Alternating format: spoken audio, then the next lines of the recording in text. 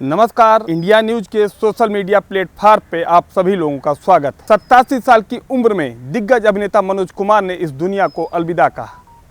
अगर उनके फिल्मी करियर की बात की जाए तो उन्होंने ऐसी शानदार फिल्में दी जिसकी बदौलत उनको बॉलीवुड में एक ऐसी ख्याति मिली जिसके लिए उनके जाने के बाद भी लोग उनको याद कर रहे हैं।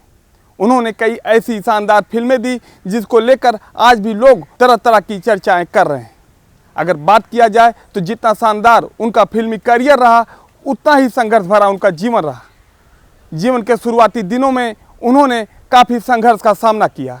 अविभाजित भारत के एटमाबाद में उनका जन्म हुआ।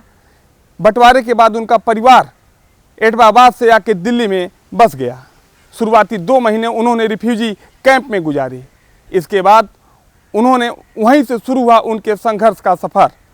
अपनी ग्रेजुएशन के दौरान उन्होंने एक नौकरी के तलाश में माया नगरी को चुना और मुंबई पहुंचने के बाद उन्होंने बॉलीवुड में अपना कदम जमाना चाहा। अगर बात की जाए तो बॉलीवुड में पहुंचने के लिए उनके पीछे उनका कोई ऐसा बैकग्राउंड नहीं था जिससे उनको फिल्मों में आसानी से कदम रखने का मौका मिले। लेकिन एक कहावत कही जाती है कि कुछ देर की खामोशी है फिर शोर आएगा, तुम्हारा वक्त आया था हमारा दौर आएगा। ऐसी ही कुछ चीज़ें चरितार्थ होती हैं भारत कुमार मनोज कुमार पर। जी हाँ, उन्होंने शुरुआती समय में बॉलीवुड में कुछ दिनों तक संघर्ष किया, लेकिन उसके बाद उनको फिल्मों में अभिनय करने का मौका मिला। शुरुआती 2-4 फिल्मों के बाद 1960 में उनकी आई शहीद फिल्म में उनको एक ऐसा मुकाम हासिल कराया कि जिसके बाद लोगों के दिलो दिमाग पर उन्होंने एक अपना विशेष स्थान बना लिया। अगर देखा जाए शहीद में उनका अभिनय इस कदर रहा कि लोग उनको मनोज कुमार से भारत कुमार कहने लगे। इसके बाद एक रोचक किस्सा उनके जीवन से ये भी जुड़ा आता है कि 1966 में तत्कालीन प्रधानमंत्री लाल बहादुर शास्त्री ने उनसे कहा कि कोई एक ऐसी फिल्म आप बनाइए जिसमें किसानों और जवानों दोनों का जिक्र हो। उनकी बात को मानते हुए उन्होंने उपकार फिल्म का निर्देशन उपकार फिल्म का में अभिनय किया। अगर उपकार फिल्म की बात की जाए तो उपकार फिल्म का वो गीत जिसमें कहा गया कि मेरे देश की धरती सोना उगले उगले हीरे मोती, जो आज भी लोगों की जुबान पे है।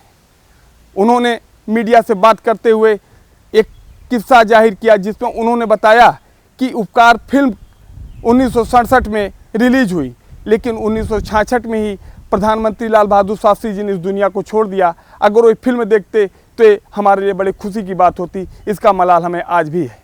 1970 में उनके द्वारा उनके ऊपर बनाई गई फिल्म पूरब और पश्चिम भी काफ़ी लोकप्रिय रही।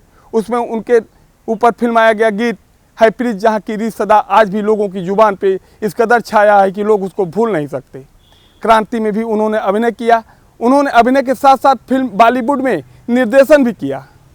उनकी फिल्म शहीद, पूरब पश्चिम, उपकार, रोटी कपड़ा मकान, क्रांति ऐसी यादगार फिल्में रही जो कि उनको फिल्मों बॉलीवुड में एक विशेष हस्ती के रूप में उनको स्थान दिलाया। अगर बात की जाए तो उनको बॉलीवुड में अच्छे कामों के लिए 7 बार फिल्म फेयर अवार्ड से भी नवाजा गया। 1992 में उन्हें पद्मश्री से भी नवाजा गया और 2016 की बात की जाए तो 2016 में उन्हें भारतीय सिनेमा के सर्वोच्च सम्मान दादा साहब फाल्के पुरस्कार से भी नवाजा गया। उनके इस दुनिया के छोड़ने के बाद प्रधानमंत्री नरेंद्र मोदी ने खुद शोक व्यक्त करते हुए उन्होंने कहा कि उनका जाना भारतीय सिनेमा के लिए बहुत बड़ा झटका कहा जाएगा। हिंदी सिनेमा में उनके योगदान को देखते हुए आज भी लोग उनके प्रति अपना जो प्यार और रुझान दिखा रहे हैं वो ऐसे ही निरंतर देखने को मिलेगा, क्योंकि उन्होंने एक ऐसी शानदार अभिनय किया कि जिसके लिए उनको कभी कोई भूल नहीं पाएगा। ऐसी ही और भी खबरों के लिए आप बने रहिए इंडिया न्यूज़ के साथ। देश दुनिया की बाकी खबरों के लिए आप देखते रहिए इंडिया न्यूज़ यूपी उत्तराखंड। नमस्कार।